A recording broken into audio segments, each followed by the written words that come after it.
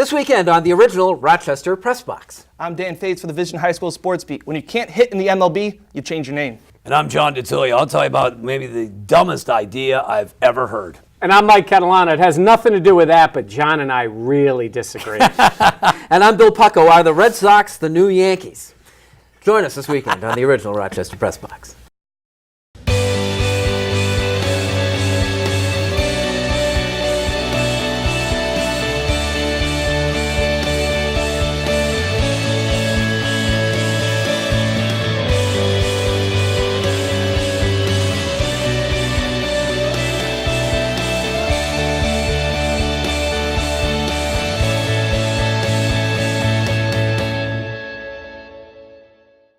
Welcome to the original Rochester Press Box, everyone. Thanks for joining us. I'm Bill Pucko, joined by John DiTullio, Box 1280 Sports. 2 weeks in a row I've been here, Billy. Thank you for having me. All right. Again, we'll see you it's week to week. Walter Alston type contract. Mike Catalana, 13 WHAM News. Good to be back. Thank you. And one of Mike's proteges over at Channel 13 and a graduate of the Vision High School Sports Beat, Dan Fetes. Good to have you back, man. Thank you. Look at these. Oh, Look at these. Sharp. Doss would be proud. Doss came in a couple of weeks ago with something. What is it? Is that what's going on now? Just a little flash, simple navy suit, little pop of color. Because we count on you guys to kind of keep us plugged in. Just trying to keep that youth movement going, trying to keep it going. Dan, we got the big fight coming up. Do you care? I do. I think the only boxing I've ever watched was a couple years ago when Mayweather fought Canelo. And I bought the match, and I watched it. And I watched the 3 hours of pregame that went up before, the pre-show, hearing about how Floyd Mayweather never wears the same pair of boxers twice in a row, and all this stuff. He's a polarizing figure. The money team that he does, he's everywhere. I want to watch him fight. Besides watching Floyd Mayweather fight, I'd only seen highlights of Mike Tyson when he beat Buster Douglas. I had this impression of what boxing was, where you kind of kept your hands up, really kind of typical style. And watching Floyd Mayweather, he fights like he's in a street fight. He kind of sits back, his hands are down. It's exciting to watch. You don't hit him. It's must-see TV in my eyes. I like watching Floyd Mayweather fight. I thought the general impression was that MMA has overtaken it. It has, and usually in his generation. And let's see, I care about this fight. Oh, it's 2010, right? Yeah. Because they should have fought 4 years ago. Floyd Mayweather is not a good dude who, if he was playing in the NFL, we would be talking about all the different transgressions that he has somehow skated from involving domestic violence and everything else, that if he was in the NFL, there'd be this big uproar. Instead, people are going to pay $175 a pop to watch the fight, and Pacquiao's past his prime, maybe needs his money now. I don't care about the fight. I don't care about these two. I won't buy it. Wow. I won't promote it on the air because I don't care. So I can't wait. I love boxing. I haven't bought a fight probably since Tyson and Holyfield fought for the last time. I kind of compare it to, I always want to see Leonard and Hagler fight. They fought way past their prime in '87. And it turned out to be a great, great fight. I thought Hagler got hosed in the decision. But I thought it was a great fight. Yeah, Mike's right, 2010, it's 4 or 5 years past their prime. But why can't two guys past their prime still give us great entertainment? And I think they will. Boxing needs this fight. I need this. This is for me. I love boxing. I used to pay for fights every year, and I need to see a good fight. First of all, what Dan said about Mayweather being exciting, must-see TV, you are now the only person that has ever said that. He's a boring fighter. He's always been a boring fighter. But he's a show. With his Exactly. mouth. He's a show, Mike. It's everything that This goes is a beyond show. it. It's his posse. It's the fact. It's the circus that surrounds him. It's entertaining. Listen, when Brady and Manning play each other way past their prime, it's still a great It's a show. team sport. But it's still watching those two quarterbacks. Brady ain't past his prime. Well, he's he's still almost in his 40. prime. He still played at maybe an MVP level. I'm not saying these guys can't still fight. They can I'm fight. saying is it'll be overhyped, overpaid, and it will be a severe disappointment. I thought the same thing when Foreman fought Michael Moore. Foreman what was Foreman doing in the ring at almost 50? Yeah. Biggest shocker ever witnessed. This is going to be a show. You're coming, my cave, No. my house, No. for the fight, Mike. I'm not going. Yes, Manwich, Billy. Manwich, now I might be there. The thing it shows me, and you bring it up, it says, is how much boxing missed the boat by not having these guys somehow gotten them together 10 years ago when they were both at the top of That's their the game. problem with boxing. MMA doesn't have that problem. But don't they Those have- guys fight. If boxing's ever going to be taken seriously again, don't they have to fix that? How long we've Find been a having way to get these We've been guys having together? this debate for years. Yeah, MMA look does where it right. boxing is. MMA does it right. They get the contenders. You go up the ranks, and that's what happens. Here, it's a lot of ego. You talk about Mayweather. It's ego. It's PR. It's all those guys that are setting it up. I'm with you. It's late. I'm still going to watch. Are the Red Sox the new Yankees? We'll talk about that. Where the original Rochester Press Box continues.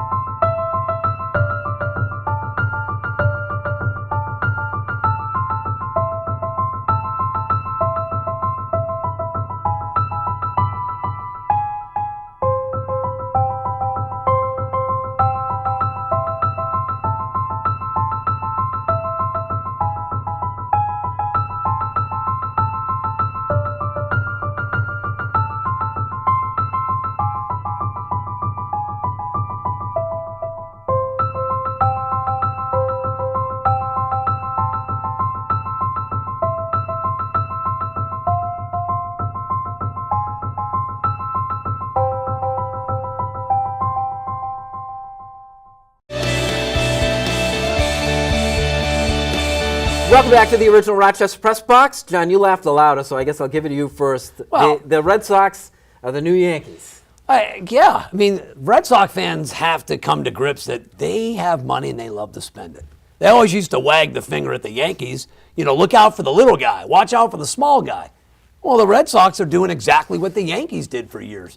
When they have an opportunity to go spend money, they do it. And I think it's great for baseball. Listen, the cable money is through the roof right now. We're seeing the Padres spending Fort Knox this offseason. The Angels, teams are spending money. The Cubs are spending money. But Boston Red Sox fans, here's a little memo. You love to spend money. You're the evil empire now, and come to grips with it. There could only be one evil empire. No, the Red Sox are real close. They listen, they outbid they got a guy that the Yankees thought they were going to get. Yeah. The 19-year-old Cuban It player. is interesting when you look at the Yankees now. We were talking about it at work. You know, as A-Rod shows Yeah. up and the whole thing. Who is the most interesting? Forget A-Rod for a second. Who's the most interesting guy on the Yankees? On the team? Probably Tanaka, if he's healthy. Really? That's it. I mean, That's it. their regular lineup is. Well, you got Ellsbury, and you got Beltran if he's healthy. But it's Brian McCann. It's a middle of the road type of lineup if you're a Yankee fan. Sabathia put the weight back on. Eat Captain Crunch. In his honor, we're going to eat Captain Crunch when his first start. It's so unlike these Yankees. I grew up, obviously, when they were in their prime, and they just poached everybody. I was a Braves fan. They took Teixeira. They took McCann. Obviously, we kind of gave him after his prime. But now these Yankees, their big offseason signing is Didi Gregorius and Chase Headley. Yeah. They were competing to sign Chase Headley. That's the best that they could do. This Yankee team is a joke. Now, John made a good point about the cable money. You know, we all criticize baseball about the overall ratings because you look at the national games. It is not a national game. It is a regional or local game. And the numbers for the home markets are fantastic. Look what the Mariners are doing. And they don't compete in programming with a lot in the middle of the summer, and it's constant programming like the Yes Network and all that. And that's how baseball is surviving and thriving within the local market. Well, that's where the field kind of got leveled, don't you think? Because when the Yankees were dominating, they were the only ones. Yes. And the Braves, because they had the Superstation, Right. that really had that vehicle. But just, we're saying about how bad off the Yankees are. The Red Sox, I believe, the last I looked, their $205 million payroll is their highest ever. It's $5 million more than the Yankees have got for the team they put on the field. It's just 5. That lineup, the Red Sox, listen, they may give up 10 runs a game, Boston, but their lineup is probably one of the best in baseball. Well, and I would say, look at the two lineups. The Yankees are paying for a lot of guys who won't be productive, and the Red Sox, for the most part, are paying for guys who will be. And if you're a TV show, you got to be interesting. I tell you, there could be some real lasting impact, I think, here for the Yankees if they have a bad season, another bad season. And they could in this AL East. will. I think Toronto's on the rise. I think Baltimore still is improving. They lost a couple guys, but that staff is still going to be really good. They had the second ERA in the second half of baseball last year for the Orioles. They are going to compete again if Weeder stays healthy. I see them at the bottom of this AL East. The Yankees are going to have a 6-man rotation, according to Larry Rothschild. Yeah, but they're going to retire a bunch of numbers, so that's a good thing this year. Honestly, I never thought we'd have this discussion. I never thought that the Yankees would be anything but the. Well, I think if target the old team. man was still alive, we wouldn't be having this conversation. If George Steinbrenner was still alive, we would not be having this conversation today. Like it or not, when we return.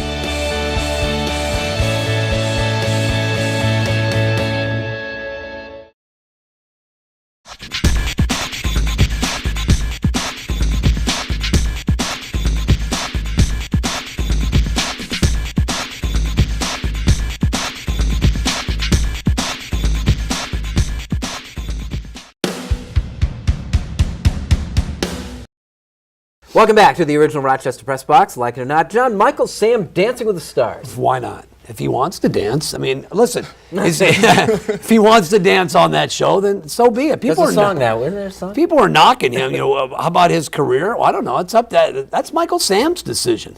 If he wants to go on Dancing with the Stars, is he thinking big picture about getting another gig and entertainment? I don't know.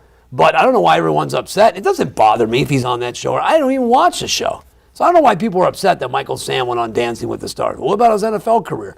He's a marginal player at best.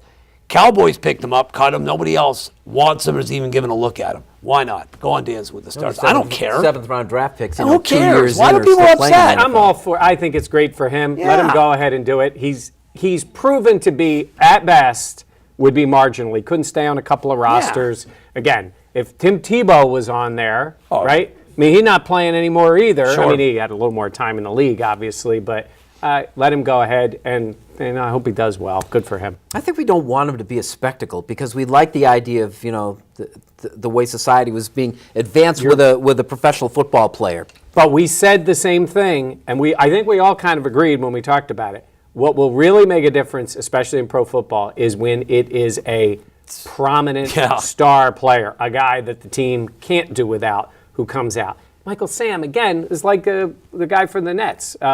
Jason Collins. Collins.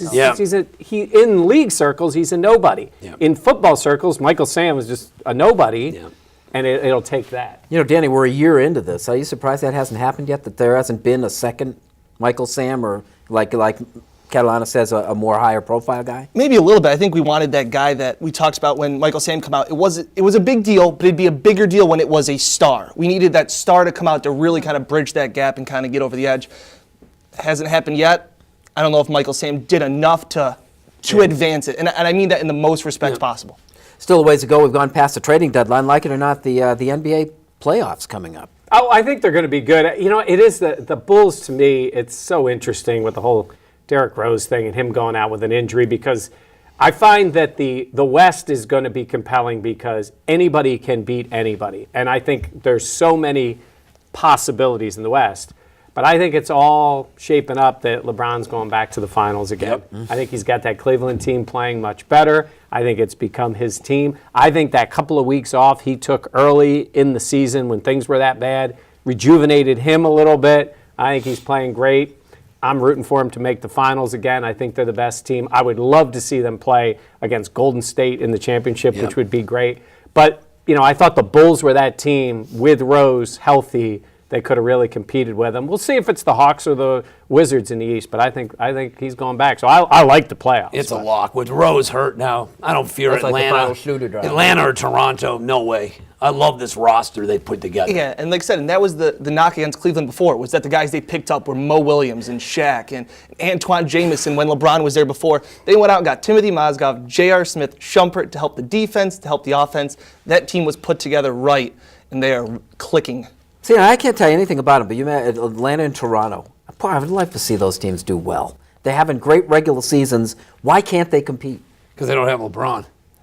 Pretty much it. Yeah. That's it. They don't have LeBron James. If they had LeBron James, they would be the favorite. Cleveland's got LeBron, and as Fetes he mentioned, he has a big-time surrounding cast. Yeah. They've got size. They've got star players. Kyrie Irving, Kevin Love, and LeBron James. They've got a big three. Atlanta nor Toronto has a big three. And LeBron draws people. Like Ray Allen may come back. People are wanting to play there. Even Mike Miller. I know he's not playing or healthy right now, but watch out late in the season. I'll tell you what, Atlanta probably has a better overall roster, but as you get to the playoffs, the biggest guys in the regular season, you're playing some back-to-back nights. There's some things that go on, and that's where a team like Atlanta, who's done a great job. Teague is a wonderful player. I mean, they got a lot of good pieces.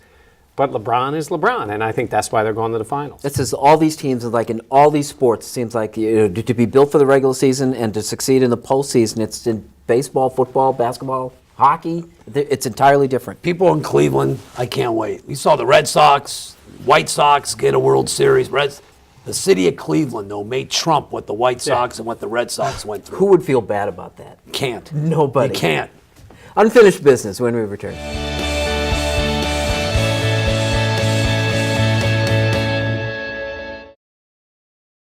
And you don't need to be Native American to realize it is offensive. And it's not politically correct. It's the right thing to do. He was an idiot for throwing him that pitch. The guy's phenomenal. He had no reason to give him anything, especially a fastball to hit. It's simply that these two guys, Ronaldo and Tom Brady, are too good looking. I like it, just don't admit to it. Everybody wants to hate on the best in the world. You know, he's here to stay, and he wants to build something big time. The bottom line is, still nobody's going to like A-Rod. Welcome back to the original Rochester Press Box, Unfinished Business. Well, thank you, Billy. Two organizations I dislike. The NCAA, that's no deep, dark secret. I've never been a big fan of Jim Delaney and the Big Ten.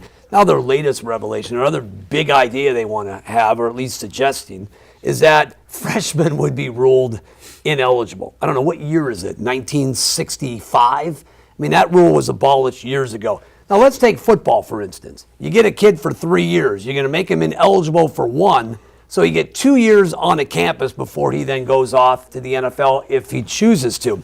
That's why they invented the word or phrase red shirt. Red shirt is a kid that if he's not ready to play or if he's hurt, then you sit him out the year. Penn State, I'll speak on behalf of their football team, they used to redshirt players for years. They never played many freshmen, but rather than just sit them on the bench, they would redshirt them so they would get them for 3, if not 4 years. The fact that they're talking about making players ineligible their freshman year when it comes to basketball, when some kids may only stay on campus for 1 year, makes completely zero sense. Another awful, stupid idea by the Big Ten. Even Jim Boeheim thinks it's a dumb idea. Even Jim Boeheim's on my side on this. It is the stupidest idea I think I've ever heard. It's just in football and men's basketball, right? Yes, just the two sports. And I will have to say, I heard some people talk about it, and you know, some people jump to a racial issue all the time, but I'm with them on this in this case. It's the two sports, predominantly African-American athletes, and I'm thinking, why are they being singled out in this by the Big Ten? Because I really do believe that ends up being, whether it's by the original intent or not, why shouldn't a student be able to compete at a freshman level in football when the student right next to them who's playing tennis or playing baseball or playing any other sport 4 years gets to compete? I despise it. And it would destroy them recruiting. It would destroy the Big Ten. Now, what if the SEC decides not to do this, or the Pac-12? Which they won't. Which they won't. So then you're gonna implement this rule and lose freshmen to other conferences? Awful. I mean, it's stupid. SEC football would let 10th grade high school kids play if they could play. They're already recruiting what? The recruiting services are down to the sixth grade. Yeah. Danny. Thank you. And besides A-Rod in the spring training, there are actually other storylines. And for my Braves, who I'm a diehard fan, grew up watching them on TBS, this season is going to be a rough one. I think they may be one of the bottom 5 worst teams in the league, but they've traded away Evan Gattis. Justin Upton went to the Padres because they picked up everybody. But what's even more interesting is in this storyline, there's one player in the Braves organization that stole it again because B.J. Upton is changing his name. And if you don't know, B.J. Upton's name stands for Boss Man Jr. because his dad's nickname was Boss Man. So he became Boss Man Jr. Obviously, it fits well. So B.J. was a big offseason signing 2 years ago, and since he's been with the Braves, he's batted 188 and 208. So he hasn't necessarily lived up to the hype, and he's changed everything from his bat, his batting stance. He's worn Steve Urkel's glasses. He's tried everything in between. So what do you do when you can't figure it out? Some players go to the videotapes. He instead changes his name to his birth name of Melvin Upton Jr. So I don't know what else you can do, BJ, but I guess we'll give name change a shot. What if you call him MJ then? I don't know. Melvin, right? I don't know. I bet Mendoza, maybe, because he hasn't reached that line. That's it. Something. John was talking about college sports, and I want to talk about something that was in the news recently, and that was the idea of storming the court. They had that incident. It was Kansas State, and the safety of the other players. Look, everybody likes the scene, and everybody looks back with fondness at those memories and seeing the way the court is. The world has changed, okay? If you attempted to get anywhere near the court in any other setting, you would be grabbed by a security guard, you would be pushed to the side, every other thing that would happen. But we've allowed this for whatever reason in college sports. I think it's time for it to end. I want it to go. I do think there is going to be a circumstance where someone's going to get injured, or a player on a team, a losing team that gets caught on that court is going to do something that they should not do, but it's provoked by a student. And everybody tells me all the time, it's the college students, they're having fun. Look, it's not about you. You're in the stands. Cheer for your team, be excited, do everything, but stay off the court. Or if you want to do some sort of celebration after the other team is gone and invite the players, the fans down with the team, that's fine. I think this is inviting a major, major incident at some point in college sports. Sit in the side, take the selfie like you do every other minute, make it about you, but stay off the court before somebody gets hurt. They've been storming the court for 50 years. We haven't had one. We haven't had what Mike's talking about. I hear the argument, we're waiting. I'm waiting. I'm still waiting for that, what Mike is saying. For 40 to 50 only gonna years. take one. But we've been waiting for that. We have had the incidents. argument We've now. had incidents in football where we've had fans be injured, paralyzed. The one guy Well, did it. that's and that was the it. fans' problem then. Well, I'm not saying Well, that. I'm that's saying their this, issue. But what's the big deal? Why does it always have to be? Because stay in the stands. Penn State doesn't storm the court because they don't ever win anymore. We don't win anymore. And football, I stormed the field. We beat Alabama. And I stormed the field. I ran all over. I was so excited to be on Beaver Stadium. I was running around. Football, like a I have to say, football, there's 19-year-old very knucklehead. would be less incidents only because Yeah. the field is big. There's plenty of places to go. Basketball, confined area. It will take one, and it's coming. Well, What what I is know, leads you to believe that a college kid would ever do something irresponsible? Right? NFL, it's a lot worse. Look at Carlton Fisk trying to round the bases after the home run. I think it's again interesting in the world. I think it happens in It doesn't happen in the sports. pros. It When used does to. It No, used to. to. Yeah. Doesn't happen anymore. Used to. You walk on the field in Philly, they tase you, buddy. Well, on that note, that's our program, guys. Thanks very much, John. Great job. Billy, I thought this Today Show was outstanding. Mike, big finish with the whole thing about the storm in the court. I didn't I expect don't like it it all like this. I don't like it, but John's gonna storm the I'm storming. studio. at I'm going to some point. storm your set on Channel 13. Danny Fetes, keep up the good work. Thank you. All right. Thanks for joining us. See you next week on the original Rochester Press Box.